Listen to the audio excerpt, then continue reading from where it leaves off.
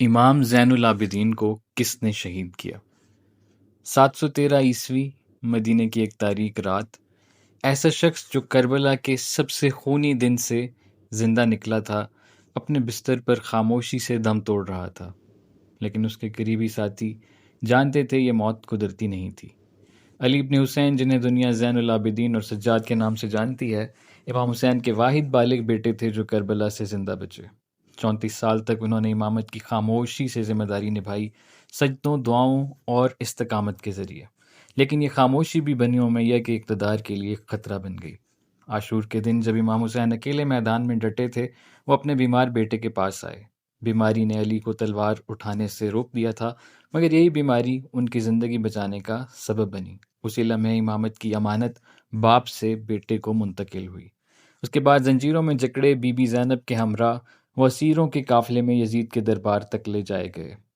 جب موت کی دھمکی دی گئی تو امام نے بے خوفی سے جواب دیا، شہادت ہمارا ورثہ ہے۔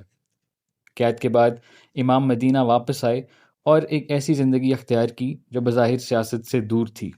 وہ روزانہ 1000 رکعت نماز ادا کرتے، 20 مرتبہ پیدل حج کیا اور رات کی تاریکی میں چہرہ چھپا کر غریبوں کو کھانا پہنچاتے۔ کسی کو خبر نہ ہوتی کہ محسن کون ہے۔ ہر مجلس میں وہ کربلا کا ذکر کرتے، لوگوں کے دلوں میں وہ آگ زندہ رکھتے جو ظاہری بغاوت سے کہیں زیادہ خطرناک تھی۔ حشام بن عبد الملک، جو اس وقت ولی عہد تھا، حج کے دوران حجر اسود تک پہنچنے کی کوشش میں ناکام رہا۔ اسی لمحے علی ابن حسین حجر اسود کی طرف بڑھے اور ہجوم خود بخود راستہ دیتا چلا گیا۔ حشام نے حیرت سے پوچھا، یہ کون ہے؟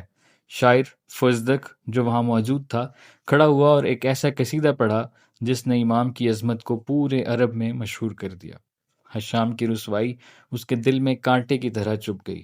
اس نے غصے میں فزدق کو قید کر دیا، مگر یہ ذلت وہ کبھی نہ بھلا سکا۔ 95 ہجری میں امام زین العابدین کو زہر دیا گیا۔ سوال یہ ہے کہ یہ حکم کس نے دیا؟ کچھ روایات اس کا الزام حکمران وقت ولید بن عبد الملک پر رکھتی ہیں، جو براہ راست اقتدار کو کسی بھی چیلنج سے پاک رکھنا چاہتا تھا۔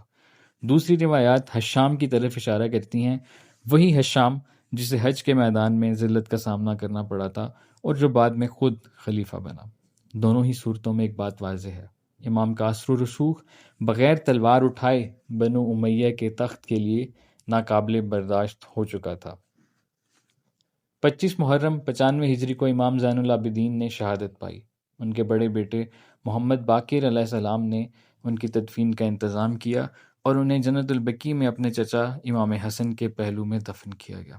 مگر امام کی اصل میراث ان کی دعائیں تھیں، صحیفہ سجادیہ، جو آج بھی مسلمانوں کو سکھاتی ہے کہ ظلم کے سامنے خاموشی بھی ایک مزاحمت ہو سکتی ہے۔